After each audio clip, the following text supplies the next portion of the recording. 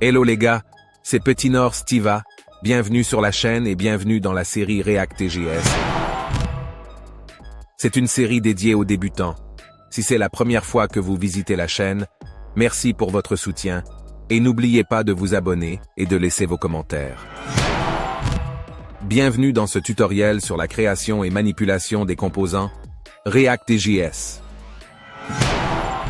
Dans ce tutoriel, nous allons tout d'abord examiner en détail la syntaxe JSX et comprendre comment elle fonctionne.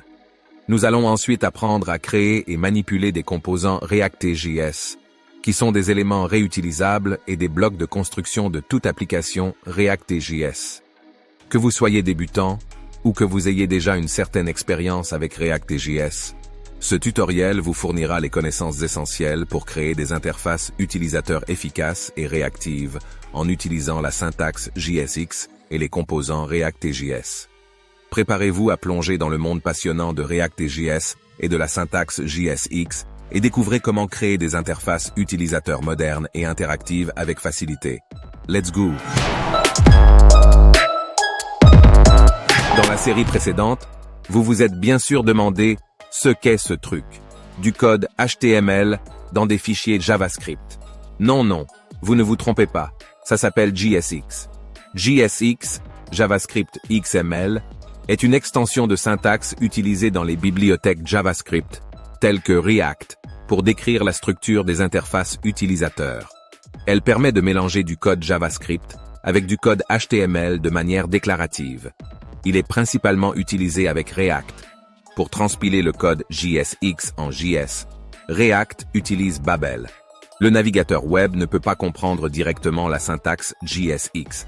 Les navigateurs interprètent le JavaScript natif, mais JSX est une extension de syntaxe qui n'est pas reconnue par les navigateurs. C'est là que Babel entre en jeu. Babel est un outil de transpilation qui prend en charge la conversion du code JSX en JavaScript standard. Lorsque vous utilisez Babel dans votre pipeline de construction ou de développement, il transpile automatiquement le code JSX en JavaScript, compréhensible par le navigateur. Lorsque vous écrivez du code JSX dans votre application React.js, il est généralement intégré à votre processus de construction, à l'aide d'outils tels que Webpack ou Parcel.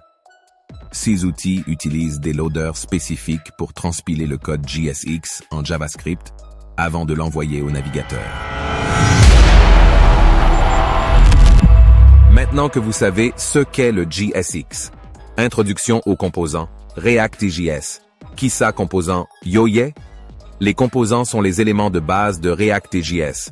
Ils sont utilisés pour créer des morceaux d'interface utilisateurs réutilisables et autonomes.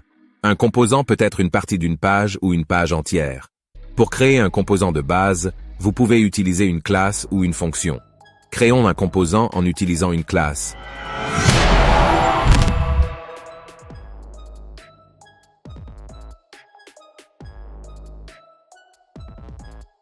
Il faut importer React.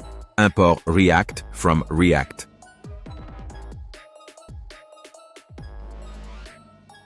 Maintenant, il suffit d'utiliser le mot-clé classe suivi du nom de notre composant. Ensuite, il faut extendre notre composant du classe component de React.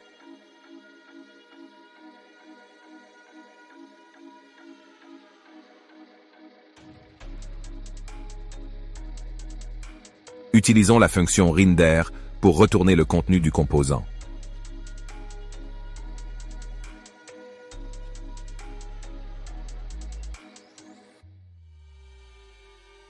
On va juste afficher un peu de texte.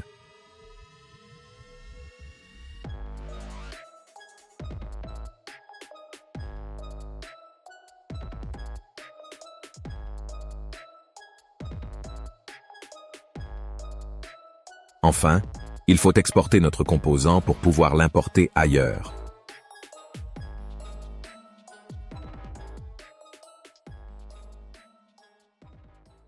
Là, on est bon. Maintenant, pour utiliser ce composant, il suffit de l'importer là où vous voulez l'utiliser.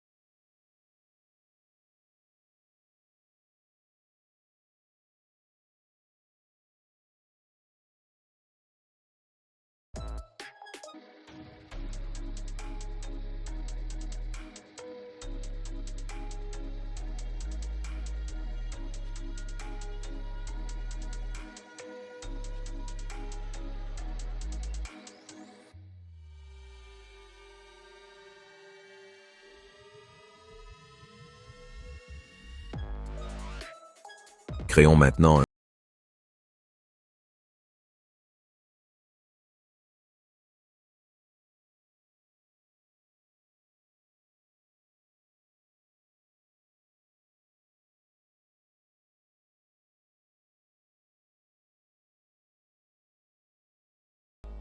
Il suffit d'utiliser le mot-clé function suivi du nom de notre composant.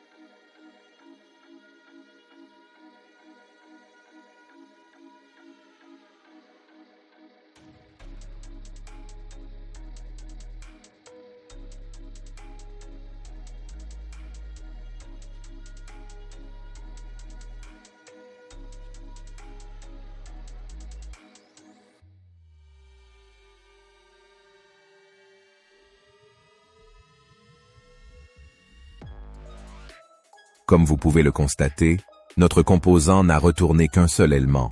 Si vous voulez que votre composant retourne plusieurs éléments, il faut mettre vos éléments dans un React fragment. Vous pouvez l'appeler aussi empty tag.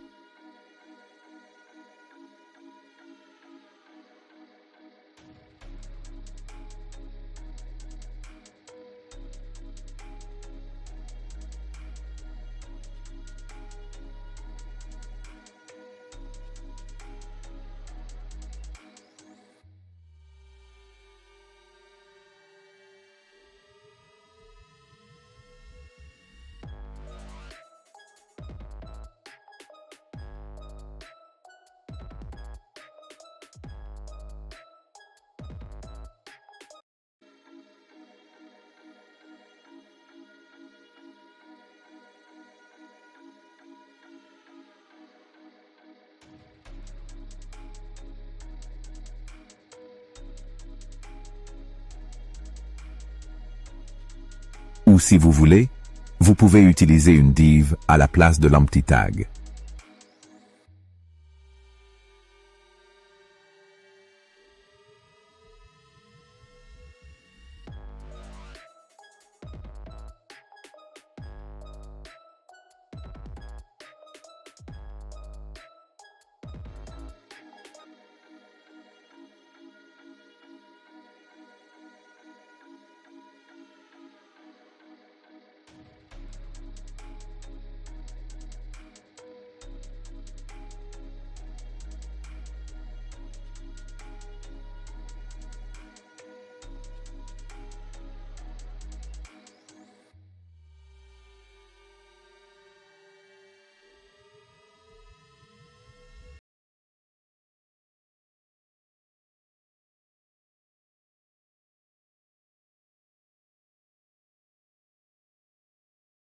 Pour lesquels vous pourriez utiliser des fragments.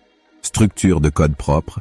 Les fragments vous permettent de maintenir une structure de code propre en évitant d'ajouter des éléments supplémentaires inutiles dans votre rendu. Réduire l'impact visuel. Si vous n'avez pas besoin d'un élément parent visible dans votre interface utilisateur, vous pouvez utiliser un fragment pour réduire l'impact visuel de cet élément supplémentaire.